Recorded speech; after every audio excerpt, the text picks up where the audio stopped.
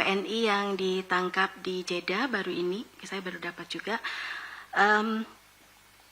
KJRI Jeddah telah menerima informasi mengenai penangkapan 3 orang yang diduga WNI oleh aparat keamanan Arab Saudi di kota Mekah pada kemarin Selasa 28 April.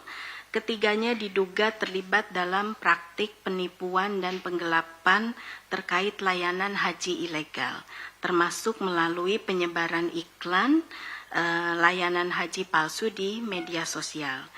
Berdasarkan informasi awal, aparat keamanan Arab Saudi juga menemukan sejumlah barang bukti antara lain uang, perangkat komputer, serta kartu haji yang diduga palsu. 2 dari 3 orang tersebut dilaporkan menggunakan atribut petugas haji Indonesia saat penangkapan. Saat ini KJRI Jeddah tengah melakukan verifikasi identitas para pelaku, berkoordinasi dengan otoritas tempat, guna mengawal proses hukum selanjutnya sesuai ketentuan yang berlaku.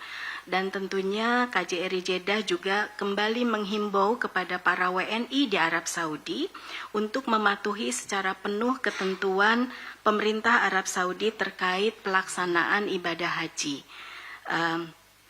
Termasuk prinsip la haj bila tasreh atau tidak ada haji tanpa izin resmi.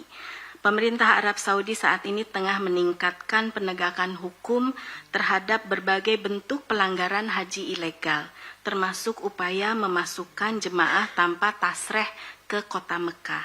Nah, tentunya pada kesempatan ini kami juga menghimbau para WNI agar tidak mudah percaya terhadap tawaran layanan haji tidak resmi, khususnya yang disebarkan melalui media sosial, serta memastikan seluruh proses ibadah haji dilakukan melalui jalur resmi sesuai ketentuan yang berlaku.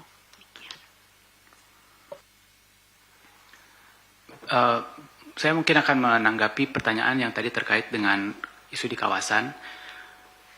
Tadi ada pertanyaan dari RRI Voice of Indonesia mengenai dinamika di kawasan kita.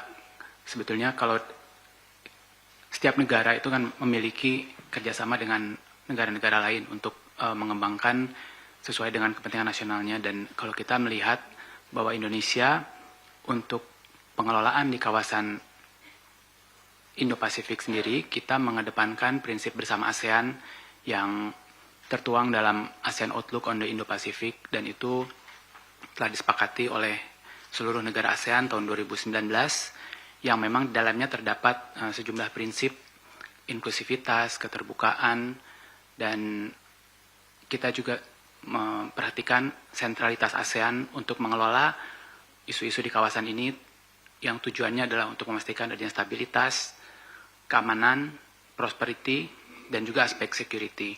Sehingga bagi Indonesia yang akan selalu kita kedepankan adalah prinsip-prinsip tadi. Terima kasih. Mungkin satu pertanyaan yang posisi kita yang keluar dari OPEC ya. Pemerintah Indonesia memandang perkembangan ini sebagai bagian dari dinamika tata kelola energi global yang terus berkembang, dan kita berharap perkembangan ini tetap mendukung stabilitas pasar dan keamanan pasokan energi global, dan pemerintah Indonesia tentunya akan terus mencermati perkembangan situasi ini secara menyeluruh serta implikasinya terhadap perekonomian dan ketahanan energi nasional. Dan dapat kami sampaikan kebijakan PEA tersebut tidak mempengaruhi hubungan bilateral yang selama ini terjalin maupun kerjasama strategis yang telah terbina antara Indonesia dan PEA. Demikian, terima kasih. Oh, pertanyaan Pak Stanley Reuters. Jujur saya belum dapat details, and you will get the details at 2 p.m. today. Thank you. Saya baru dapat update terkait data ABK tadi yang ditanyakan. Kalau yang tercatat di kami itu ada 321 ABK, 81 merupakan awak kapal nelayan, 188 awak kapal niaga, dan 44 awak kapal perikanan. Namun demikian ini tentunya kita juga sedang berkoordinasi dengan instansi terkait, terutama di Ditkapel Kemenhub untuk mengupdate data-data pembajakan kapal di Somalia. Jadi Kementerian Luar Negeri melalui KBRI Nairobi terus melakukan koordinasi secara intensif dengan seluruh pihak terkait di Somalia, menindaklanjuti laporan pembajakan kapal MT Aner 25 yang terjadi di perairan sekitar Hafun Somalia pada 22 April lalu. Nah, berdasarkan informasi yang diperoleh sampai saat ini, pada kapal tersebut diawaki oleh 4 ABK WNI, 10 ABK Pakistan, dan 1 ABK India dan Myanmar. Upaya saat ini difokuskan pada tindak lanjut penanganan yang melibatkan otoritas pemerintah setempat, tokoh masyarakat, serta pelaku usaha terkait. Berdasarkan informasi terakhir yang diperoleh oleh KBRI Nairobi dari otoritas di Somalia, sejauh ini para ABK WNI yang berada pada kapal tersebut dalam kondisi baik. Upaya penanganan masih terus berlangsung melalui koordinasi otoritas pemerintah setempat, tokoh masyarakat, serta pelaku usaha terkait dengan tetap mengedepankan keselamatan para ABK WNI. Nah, tentunya terkait hal ini kami mohon kepada rekan-rekan media untuk dapat mengelola pemberitaan ini secara bijak karena memang prosesnya masih berlangsung agar tidak mempengaruhi penanganan yang sedang dilakukan. Tadi terkait Bu Cindy, apa saja sih yang dilakukan untuk pelindungan para ABK ini supaya kejadian ini tidak terjadi, gitu ya. Tentunya kita memperkuat koordinasi dengan pihak-pihak terkait di dalam negeri, terutama penguatan data para ABK WNI yang bekerja di luar negeri, karena pendataan ini menjadi sangat penting ketika terjadi sesuatu terhadap para ABK WNI tersebut. Kemudian juga tentunya terkait pelindungan, kita mengoptimalkan forum-forum kerjasama baik bilateral, regional maupun multilateral. Dan yang paling utama tentunya para ABK WNI ini kita upayakan bekerja melalui prosedur yang resmi untuk menghindari hal-hal yang tidak diinginkan apabila terjadi permasalahan ketika mereka bekerja di luar negeri. Demikian, terima kasih. Terima kasih Bu Dir.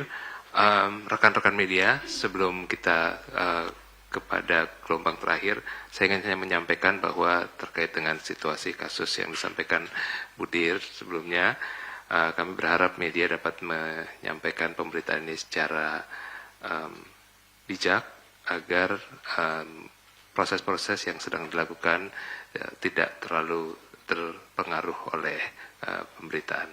Kami mohon bantuannya ya teman-teman sekalian.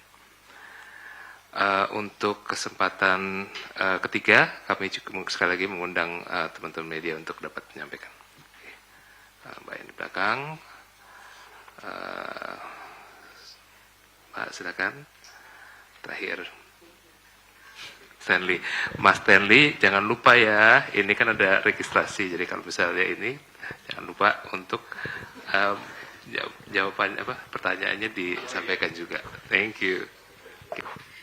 Oke, selamat siang Bapak Ibu. Perkenalkan saya Mia dari Jawa Pos. Mungkin sedikit melanjutkan tadi pernyataan penjelasan dari Bu Heni gitu Bu.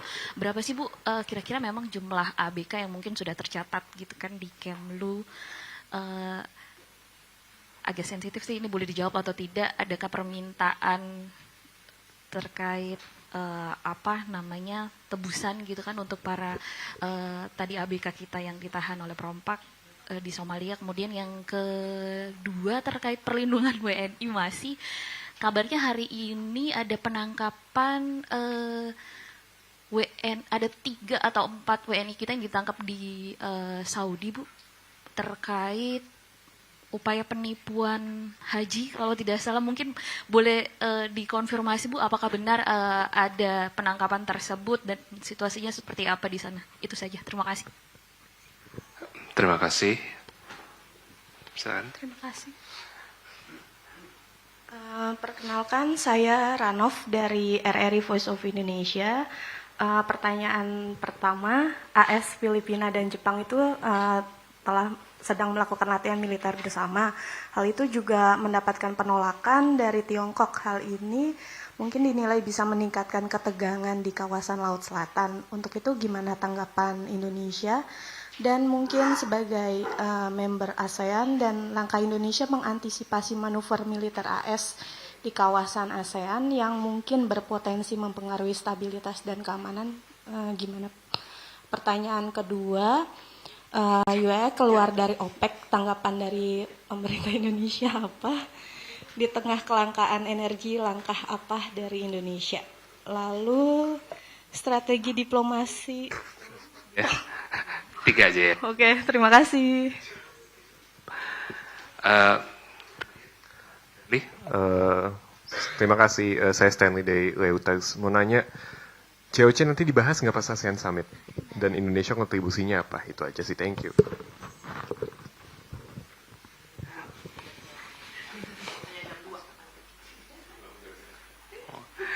Ya, terima kasih rekan-rekan sekalian. Selanjutnya kami persilahkan para juru bicara dan Ibu Dir untuk bisa menyampaikan beberapa hal yang tadi ditanyakan. Terima kasih. Baik, terkait jumlah ABK yang tercatat, ini kami sedang cek nih dengan tim, nanti mungkin saya sampaikan ya jumlah ABK yang tercatat, karena memang ini juga sangat dinamis, di mana masing-masing institusi di dalam negeri juga punya data yang berbeda-beda. Ini yang saya sampaikan tadi, bahwa pendataan sangat penting untuk kita memberikan perlindungan kepada para ABK. Terus kemudian terkait permohonan tebusan saya mungkin belum dapat kita sampaikan karena memang penanganannya masih terus berlangsung. Kemudian tadi terkait WNI yang ditangkap di Jeddah baru ini, saya baru dapat juga. KJRI Jeddah telah menerima informasi mengenai penangkapan 3 orang yang diduga WNI oleh aparat keamanan Arab Saudi di kota Mekah pada kemarin Selasa 28 April. Ketiganya diduga terlibat dalam praktik penipuan dan penggelapan terkait layanan haji ilegal, termasuk melalui penyebaran iklan layanan haji palsu di media sosial. Berdasarkan informasi awal, aparat keamanan Arab Saudi juga menemukan sejumlah barang bukti antara lain uang, perangkat komputer, serta kartu haji yang diduga palsu. 2 dari 3 orang tersebut dilaporkan menggunakan atribut petugas haji Indonesia saat penangkapan.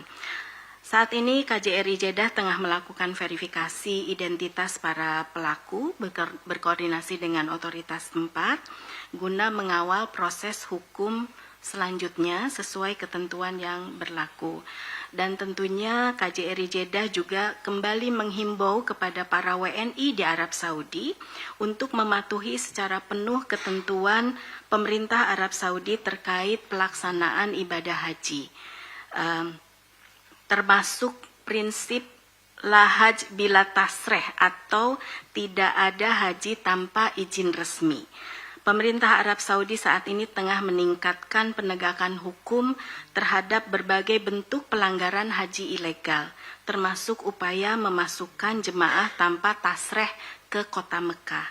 Nah, tentunya pada kesempatan ini kami juga menghimbau para WNI agar tidak mudah percaya terhadap tawaran layanan haji tidak resmi, khususnya yang disebarkan melalui media sosial, serta memastikan seluruh proses ibadah haji dilakukan melalui jalur resmi sesuai ketentuan yang berlaku.